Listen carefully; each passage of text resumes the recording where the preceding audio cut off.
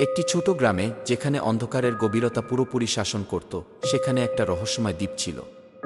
গ্রামের লোকেরা বলতো, প্রতি রাতে এই দ্বীপের অদ্ভুত আলো ভয়ঙ্কর কিছু সংকেত পাঠায়।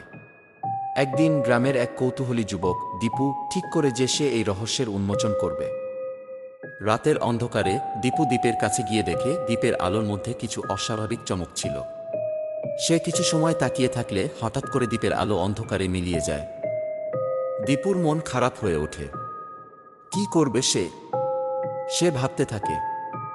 মাঝে মাঝে অদৃশ্য বাতাস এসে তার গা ঠান্ডা করে দেয়। একদিকে জঙ্গলের গভীরে কিছু হালকা অঙ্গভঙ্গি দেখলে মনে হয় কেউ তার দিকে নজর রাখছে। দীপু মাটিতে পড়া এক টুকরো কাগজ দেখতে পায়, যা তার হাতের সাথে মিলিয়ে দেয়। কাগজের মধ্যে লেখা ছিল, এই রাতে দ্বীপের সত্য জানতে চাইলে সাহসী হও। দীপু কাগজটি পড়ে চিন্তায় পড়ে যায়। সে দেখে দ্বীপের আশেপাশে কিছু অদ্ভুত চিহ্ন রয়েছে। রাতের অন্ধকারে